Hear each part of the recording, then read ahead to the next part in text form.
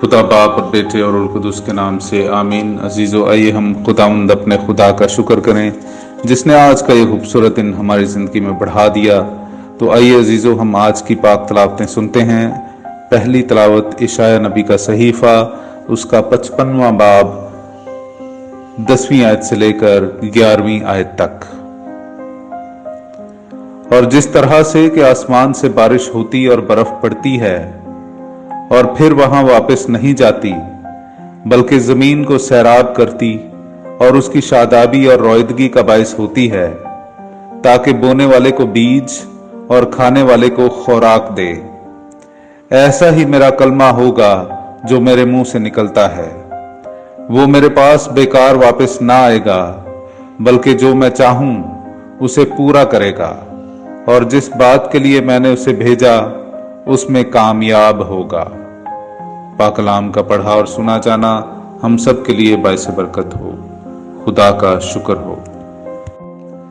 मेरे अजीजों, आइए हम खुदावंद अपने खुदा की हम्द व तारीफ करें और उसके इलाही एहसानात के लिए शुक्रगुजारी बजा लाएं। मैं आपके सामने पढ़ूंगा ज़बूर नंबर 65, उसकी 10वीं आयत से लेकर 14वीं आयत तक। तूने जमीन की निगरानी और उसकी आबेयारी की है, तूने उसे खूब जरखेज किया है। खुदा की नहरें पानी से भरी हैं, तूने उनका गल्ला तैयार किया है।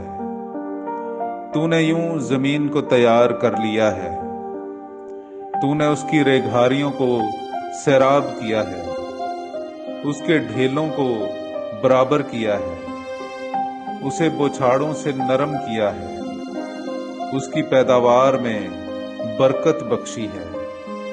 तूने साल को अपने लुत्फ का ताज पहनाया है और तेरी राहों से रोगन टपकता है। वो बेयाबान की चरागाहों से टपकता है और टीले शादमानी से कमर बांधते हैं। मरगजार गल्लों से मुलब्बस हैं और वादियां गल्ले से मुज़य्यन हैं। वो खुशी के मारे ललकारती और गीत गाती हैं। पाक कलाम का पढ़ा और सुना जाना हम सब के लिए बायस बरकत हो। खुदा का शुक्र हो। हमारे लिए आज की दूसरी तिलावत मुकद्दस पौलुस रसूल का खत रोमियों के नाम, उसका 8वां बाब 18वीं आयत से लेकर 23वीं आयत तक। क्योंकि मेरी समझ में इस जमाने के दुख दर्द इस लायक नहीं कि उस जलाल से जो हम पर जाहिर होने वाला है मुकाबला कर सके।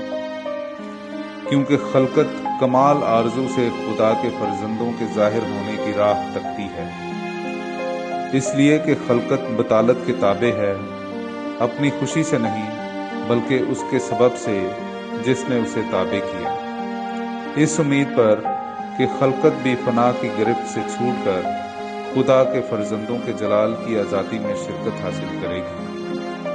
क्योंकि हम जानते हैं कि सारी खलकत अब तक चीखें मारती है और उसे दर्द ज़ह लगा है, और फक्त वही नहीं मगर हम भी जिन्हें रूह के पहले फल मिले हैं खुद अपने बातन में कराहते हैं और तबनीयत यानी अपने बदन की मुखलसी की राह देखते हैं।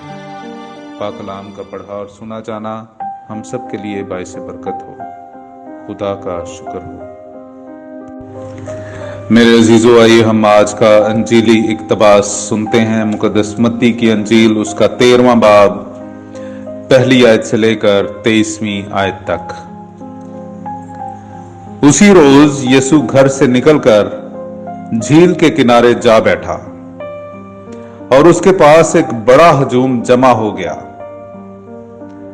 वो एक कश्ती पर चढ़ बैठा और सारा हजूम किनारे पर खड़ा रहा, और वो उनसे बहुत सी बातें तमसीलों में कहने लगा कि देखो, बोने वाला बीज बोने निकला, और बोते वक्त कुछ राह के किनारे गिरा और परिंदों ने आकर उसे चुग लिया, और कुछ पथरीली जमीन पर गिरा जहां उसे बहुत मिट्टी ना मिली, और गहरी मिट्टी ना मिलने के सबब से जल्द उगा, लेकिन जब सूरज निकला तो वो जल गया और जड़ ना रखने के सबब से सूख गया, और कुछ खारदार झाड़ियों में गिरा और खारदार झाड़ियों ने बढ़कर उसे दबा लिया, और कुछ अच्छी जमीन में गिरा और फल लाया, कुछ 100 गुना, कुछ 60 गुना, कुछ 30 गुना।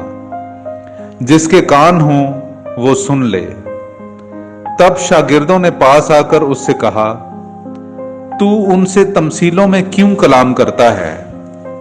उसने जवाब में उनसे कहा कि आसमान की बादशाही के भेदों की मार्फत तुम्हें बख्शी गई है, लेकिन उन्हें नहीं बख्शी गई, क्योंकि जिसके पास है उसे दिया जाएगा और उसके पास अफरात से होगा, मगर जिसके पास नहीं है उससे वो भी ले लिया जाएगा जो उसके पास है।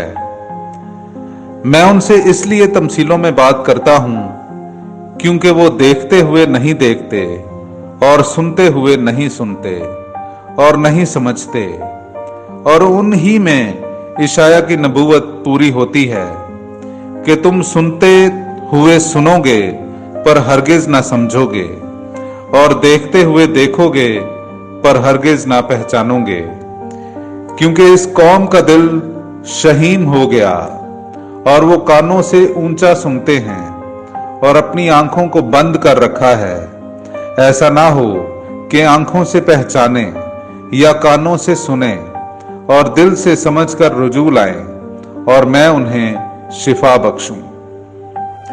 लेकिन मुबारक हैं तुम्हारी आंखें, इसलिए कि वो देखती हैं, और मुबारक हैं तुम्हारे कान, इसलिए कि वो सुनते हैं। क्योंकि मैं तुमसे सच कहता हूं कि बहुत से नबी और रास्तबाज आरजूमंद थे कि जो तुम देखते हो देखें पर ना देखा, और जो तुम सुनते हो सुने पर ना सुना।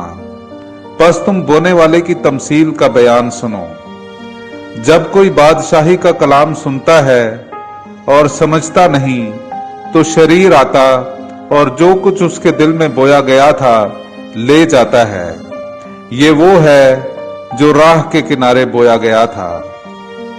जो पथरीली जमीन में बोया गया वो है जो कलाम सुनता और फौरन खुशी से कबूल कर लेता है, लेकिन अपने अंदर जड़ नहीं रखता बल्कि आर्जी है, और जब कलाम के सबब से मुसीबत या जुल्म बर्पा होता है तो वो फौरन ठोकर खाता है। और जो खारदार झाड़ियों में बोया गया ये वो है जो कलाम को सुनता है, पर दुनिया का फिक्र और दौलत का फरेब कलाम को दबा देते हैं और वो बेफल रह जाता है। लेकिन जो अच्छी जमीन में बोया गया ये वो है जो कलाम को सुनता और समझता है और फल भी लाता है। कोई 100 गुना फल देता है, कोई 60 गुना, कोई 30 गुना। पाक कलाम का पढ़ा और सुना जाना हम सब के लिए बाइसे बरकत हो। खुदा का शुक्र हो।